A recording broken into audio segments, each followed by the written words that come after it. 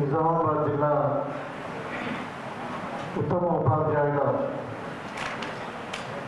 పురస్కార సందర్భంగా మరి ఈరోజు ఈ సభకు ఈ మీటింగ్కు అధ్యక్షత వహిస్తున్నటువంటి మన జిల్లా విద్యాధికారి అశోక్ గారికి, మరి నాతో పాటు వచ్చినటువంటి మన టీచర్స్, ఎమ్మెల్సీ శాసన మండలి సభ్యులు రఘువర్ధన్ రెడ్డి గారికి, మరి ఈ నగర ప్రతిమ మహిళ నీతు కిరణ్ గారికి, నుడా చైర్మన్ వేణు గారికి, అదేవిధంగా మాజీ డీసీఎంఎస్ చైర్మన్ సాయిరెడ్డి గారికి, మరి సీనియర్ అడ్వకేట్, మరి ఫార్మర్స్ ప్రొడ్యూసర్స్ కమిషన్ యొక్క మెంబర్ గడువు వినోదర్ గారికి, మరి బుచ్చిపల్లి ప్రిన్సిపల్ గారు తిరుపతయ్య గారికి, మరి సిద్ధయ్య గారికి, వేదిక మీద ఉన్నటువంటి టీచర్ ఆర్గనైజేషన్ సోదరులందరికీ, మరి ఇక్కడ కింద ఉన్నటువంటి అవార్డు గ్రహీతలు సోదరులకు అందరికీ కూడా, మరి ఈ పిఆర్యూ ప్రెసిడెంట్ మోహన్ రెడ్డి గారికి, అదేవిధంగా పత్రికా విలేకరులు అందరూ కూడా నమస్కారం. చాలా సంతోషం నిజంగానే. అంటే టీచర్లు అంటే విద్యావేత్తలు, మరి వాళ్ళ ముందు నిలబడి, అంటే నేను ఒక చదువుకున్న వ్యక్తిని, ఒక డాక్టర్నే కావచ్చు, కానీ మరి అంటే మీ ముందు నిలబడి మాట్లాడాలంటే కొంచెం సంకోచించాల్సిన పరిస్థితి ఉంది. సరే, ఇవాళ సర్వేపల్లి రాధాకృష్ణ గారు చరిత్ర మనకు అందరికీ కూడా తెలుసు. అది లెజెండరీ ఫిగర్ కాబట్టి ఆ రోజు మరి వాళ్ళ పుట్టినరోజు మనం టీచర్స్ డేగా నిర్వహించుకుంటున్నాం. గతంలో సరే నేచురల్ కెలామిటీ వల్ల జరగలేదు, ఇవాళ నిర్వహిస్తామని చెప్పి మీ ఆర్గనైజేషన్ వాళ్ళు వీళ్ళు వచ్చినప్పుడు సరే అని చెప్పాను.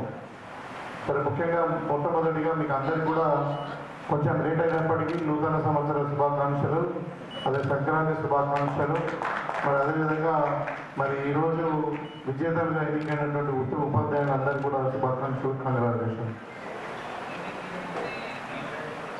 అంటే నిజంగానే మనము తెలంగాణ ఉద్యమకారుడిగా తెలంగాణ రాష్ట్రం వచ్చిన తర్వాత తెలంగాణ ప్రజల యొక్క జీవితాలలో చాలా పెద్ద మార్పు జరుగుతుందని అనుకున్నాం.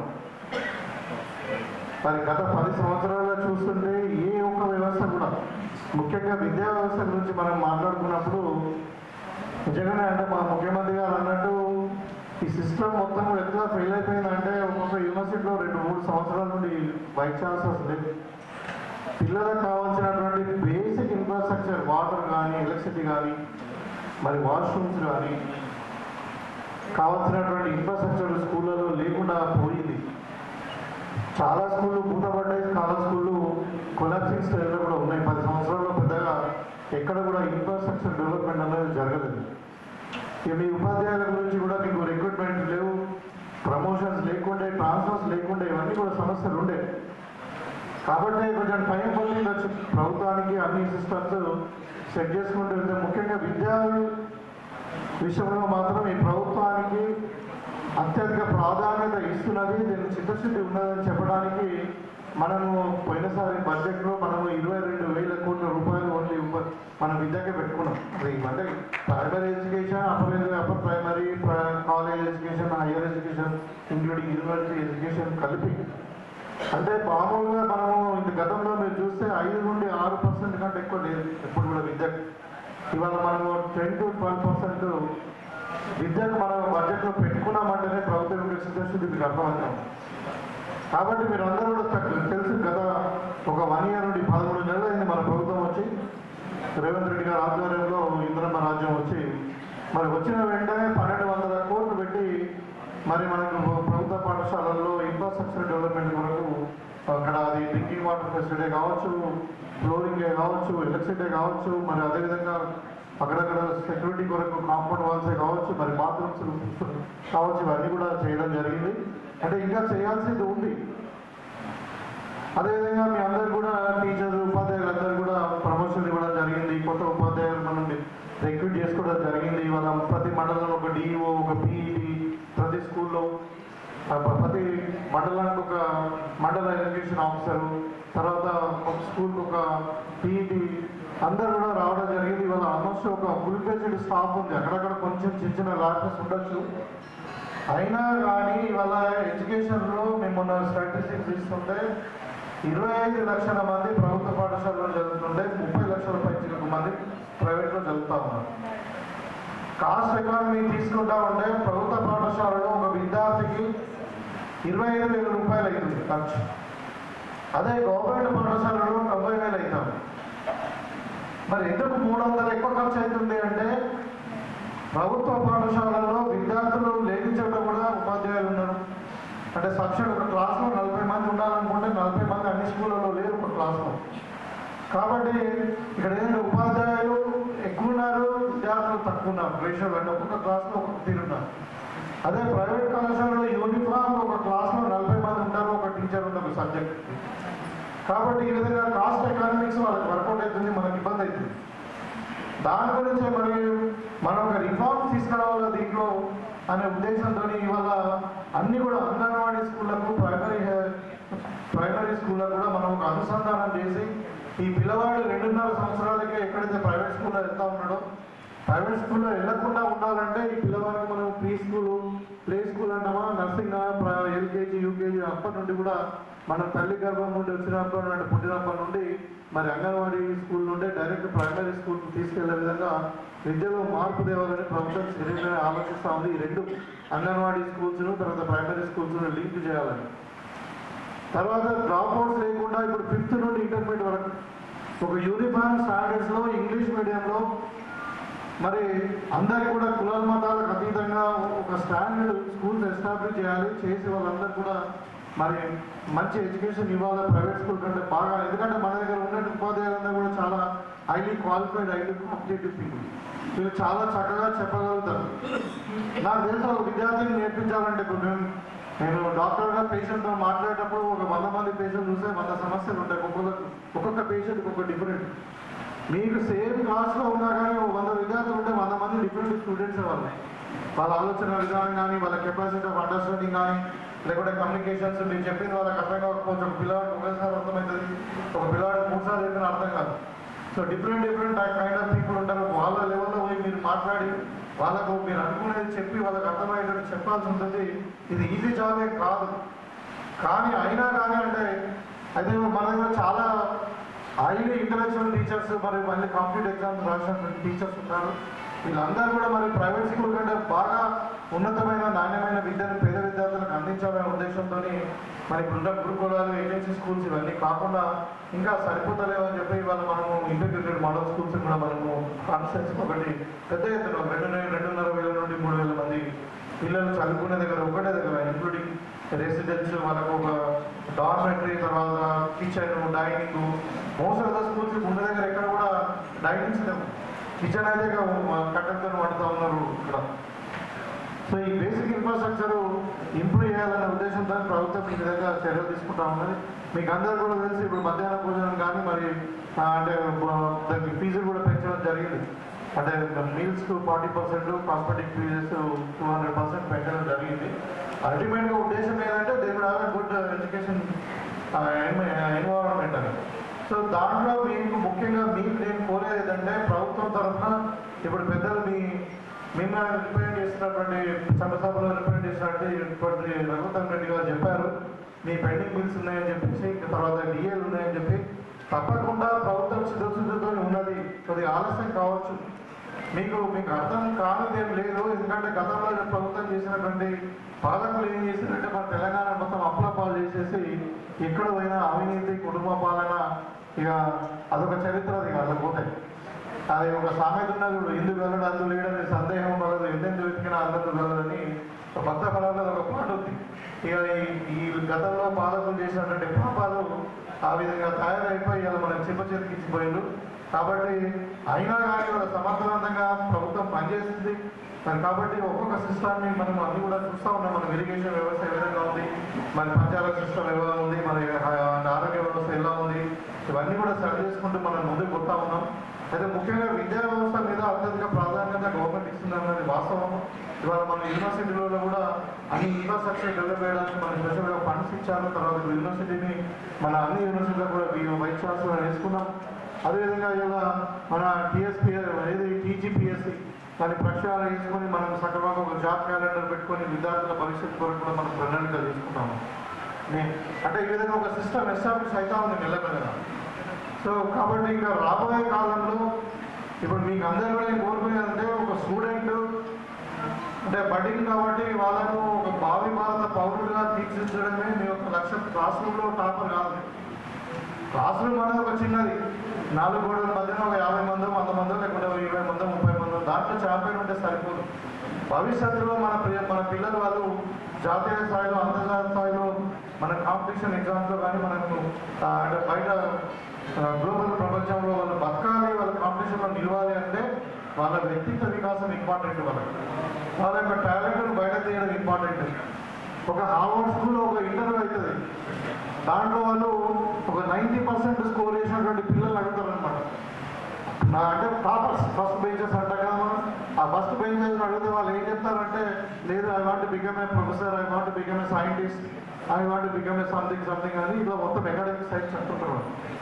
అదే మధ్యలో అంటే ఒక 60 నుండి 40% వచ్చిన పిల్లలకు వాళ్ళు అడిగితే వాళ్ళు ఏమంటారంటే నేను ఒక బ్యాంక్లో జాయిన్ అయ్యాను, లేకుంటే ఇంకెక్కడో ఒక ప్రైవేట్ ఉద్యోగం జాయిన్ అయ్యాను, లేకుంటే నేను ఒక చిన్న ఎంటర్ప్రీనర్ తయారైందని చెప్తాడు.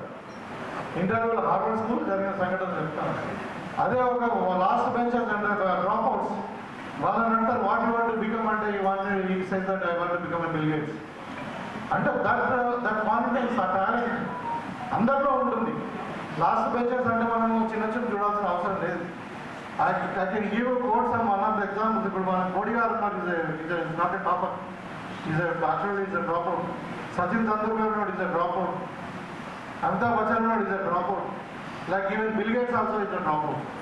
So like that, just because he failed in the class, it doesn't mean that he is not having intelligence. So there's so many things. And మనిషికి ఒక 3-4 రకాల ఇంటెలిజెన్స్ కోషన్స్ ఉంటాయి. ఇంటెలిజెన్స్ కోషన్స్ మ్యాథ్స్ సైన్స్ పనిచేస్తుంది. Social cautions ఉంటుంది. Some people can mix up with many people, ఈజీగా mingle అయిపోతారు, వాళ్ళకు communication skills ఉంటాయి. కొంతమందికి ఏమో ఎమోషనల్ కోషన్స్ ఎక్కువ ఉంటుంది. సో లైక్ దట్ అంటే వాళ్ళ దగ్గర ఉన్నటువంటి నైపుణ్యాన్ని మనం బయట తీసినప్పుడే మనం భవిష్యత్తులో వాళ్ళు మంచి ఉత్తమ భారత పౌరులుగా మారుతారు. కాబట్టి అది మీరు చేయాల్సిన పని. ఎందుకంటే మీరు పరిజ్ఞానం ఉన్నవాళ్ళు కాబట్టి ఎప్పుడు కూడా ఒక పిల్లవాడిని వాడు డల్లర్ అయినా వీడు ఇంటలెక్చువల్ అయినా నేను చాలామంది చూసాను ఫ్రంట్ బెంచ్ ఉండి మ్యాథమెటిక్స్లో 100 మార్క్స్ అంటే వాళ్ళకి ఎక్కువ ప్రిఫరెన్స్ ఇస్తారు. అదే వాళ్ళు ఫెయిల్ అయిన మ్యాథమెటిక్స్లో ఫెయిల్ అయ్యి ఇంకో సబ్జెక్ట్లో ఎక్కువ మార్కులు వచ్చినాయని పెద్ద పట్టించుకోండి. అంటే కానీ అంటే ఇట్లా లైఫ్ ఇట్లా ఉంటుంది. మీరు చూడండి మోసంగా అంటే స్కూల్ బయట ఉన్న రియల్ లైఫ్ చూస్తే there will be gems somewhere. సో అందుకని మనం ఎవరు కూడా అండర్ ఎస్టిమేట్ చేయడానికి లేదు. కాకపోతే అన్ని రకాల విద్యార్థులు 100 పీపుల్ ఉంటే 100 రకాలు ఉంటారు కాబట్టి వాళ్ళందరినీ కూడా సరిదిద్దాల్సిన బాధ్యత నీ మీద ఉంది. ఇంకోటి ఇప్పుడు ఈ మోడల్లో టీచింగ్ ఏంటంటే there is a saying in English, if you listen you forget, if you see you remember, if you do it you know it అని ఒక ఇంగ్లీష్లో సేయింగ్. అంటే మనం ఒక సైకిల్ మోడల్ గురించి ఎంతో చెప్పే విధంగా ఒక సైకిల్ మోడల్ చూపిస్తే మనకు అర్థమవుతుంది.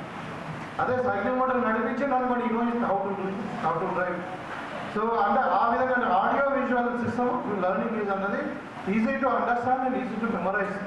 సో మీరు చెప్పదలుచుకుంటే ఒక స్టూడెంట్కు అర్థం కావాలని అనుకున్నప్పుడు ఎక్కువ ప్రాక్టికల్గా వాళ్ళకు డెమాన్స్ట్రేట్ చేసి చూపించి మనం ప్రాక్టికల్గా వాళ్ళకి అర్థమయ్యేటట్టు చెప్తే ఇప్పుడు అందుకని ఇప్పుడు ఉత్తమ ఉపాధ్యాయులు అంటే ఎవరు? అందరు ఉపాధ్యాయులు ఒకటే సబ్జెక్ట్ చెప్తారు. మరి కొంతమంది మంచి ఉపాధ్యాయులు ఎట్లయితే కొంతమంది మంచి ఉపాధ్యాయులు కాలేదు ఎందుకు అంటే అది కొన్ని కమ్యూనికేషన్ క్లాసెస్ ఉన్నట్టు కమ్యూనికేషన్ స్కిల్స్ కొంతమందికి ఎక్కువ ఉంటాయి. ఇప్పుడు నేనే ఉంటా, మా ఫేవరెట్ టీచర్ ఒక ఆమె ఉంటాయి, ఇంకో టీచర్ ఏమో బోర్ పడుతుంది క్లాస్ చెప్తే అని అంటుంటుంది. అంటే ఇందుకు సేమ్ సబ్జెక్ట్ కానీ అక్కడ కమ్యూనికేషన్ స్కిల్స్ ఉన్నాయి. అక్కడ సబ్జెక్ట్స్ ఏమైనప్పటికీ కమ్యూనికేషన్ స్కిల్స్ ఉండడం వల్ల వాళ్ళు they are well attracted to the students. So అలాంటి స్కిల్స్ కానీ మనం అంటే పిల్లలకు ఆడియో విజువల్ విధానంలో మనం నేర్పించి మళ్ళీ ఓన్లీ ఒక సిలబసే కాకుండా life is so big outside the classroom కాబట్టి మళ్ళీ ఎక్స్ట్రా కరిక్యులర్ యాక్టివిటీస్ ముఖ్యంగా ఇప్పుడు గవర్నమెంట్ కూడా మనకు మెడిటేషన్ కానీ తర్వాత యోగా కానీ తర్వాత మన ఈ మైథలాజికల్ స్టోరీస్ చెప్పడం కానీ అది కాకుండా మనకు స్పెషల్ స్పోర్ట్స్. అందుకని ఇవాళ గవర్నమెంట్ కూడా ఏం చేసింది ఒక స్పోర్ట్స్ యూనివర్సిటీనే మనం స్థాపించినాం. ఇవాళ ఒక స్కిల్ యూనివర్సిటీని మనం స్థాపించుకున్నాం. ఒట్టిగా మనం BAలు BScలు చేసి బయట పోయి అన్ఎంప్లాయ్గా ఉండే బదులు మనకు ఒక స్కిల్ యూనివర్సిటీ అవసరం ఉంటుంది. 100% మన మనకు జాబ్ ఓరియంటెడ్ కోర్సెస్ అవసరం ఉంటాయని చెప్పేసి ఫర్ ఎగ్జాంపుల్ ఇప్పుడు మన సెల్ ఫోన్ ఉంది, సెల్ ఫోన్ రిపేర్ అంటే క్వాలిఫైడ్ కాదు. మనకు ఒక ట్రాక్టర్ ఉంది, ట్రాక్టర్ రిపేర్ వాడు క్వాలిఫైడ్ కాదు, కార్పెంటర్ ఉన్నాడు క్వాలిఫైడ్ కాదు, ఒక ఎలక్ట్రీషియన్ ఉన్నాడు క్వాలిఫైడ్ కాదు. దట్ కైండ్ ఆఫ్ సిస్టమ్ మనం ఎస్టాబ్లిష్ చేసి స్కిల్ యూనివర్సిటీలో మనం 6 నెలల నుండి ఒక 6,000 దాకా కూడా అంటే మామూలుగా సెమీ స్కిల్డ్ పర్సన్ నుండి హైలీ స్కిల్డ్ పర్సన్ కూడా వరకు కూడా మనము స్కిల్ యూనివర్సిటీలో కోర్సులు పెట్టుకొని మనం ఇవాళ ఒక ఇన్నోవేటివ్ ఎడ్యుకేషన్ సిస్టమ్ ఇది.